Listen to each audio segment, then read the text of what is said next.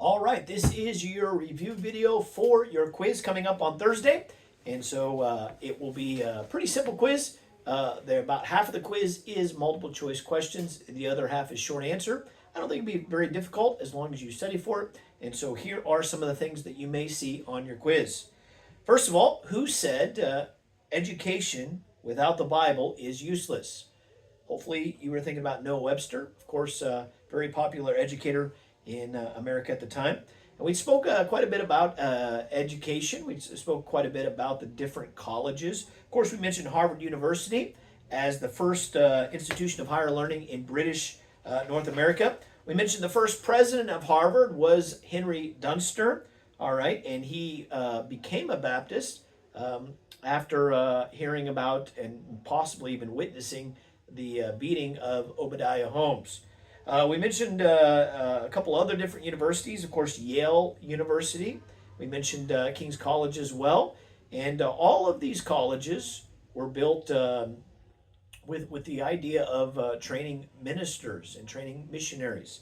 That was the point of these things. Of course, we mentioned that schooling, as in a public system, was first kind of brought about in the colony of Massachusetts. Massachusetts passed the Old Deluder Satan Act of 1647, which basically meant that they had to have a school in their colony if they had over 50 families. And the point of the act was to train kids how to read so they could read the Bible and stay away from the Old Deluder Satan. We mentioned several different books that were in the different classroom. Of course, we mentioned the Horn Book, which is a paddle-shaped board that would often have the alphabet and possibly even the Lord's Prayer on it. We mentioned, of course, the most widely used textbook in North America, which was the New England Primer. We mentioned the Bay Psalm book. We also mentioned the Blueback Speller. That was written by Noah Webster. And, of course, that was their spelling book that they used back in those days. Then the McGuffey Readers, which were the early readers for many colonial schools. And I even mentioned that I used those when I was a kid. And so we can still use them even today. Then we mentioned Pilgrim's Progress, written by John Bunyan, one of the greatest classic books ever written. We spent the second hour lecture dealing with the French and American Revolution, and we compared and contrasted the different revolutions. Of course, we mentioned that the French Revolution attempted to get rid of God.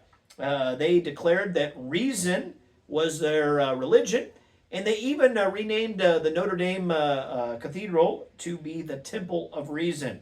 Of course, we mentioned the result of that revolution was a very bloody revolution. Many people were beheaded as a result of being against the state. And we contrasted that quite a bit with the American Revolution, which was completely different. The American Revolution, our founding fathers wanted God's help. They desired God's help. And they sought to keep God in the country. That is pretty much what you do need to know. I told you, very short quiz, very easy. All right, and so study this. We'll see you on Thursday.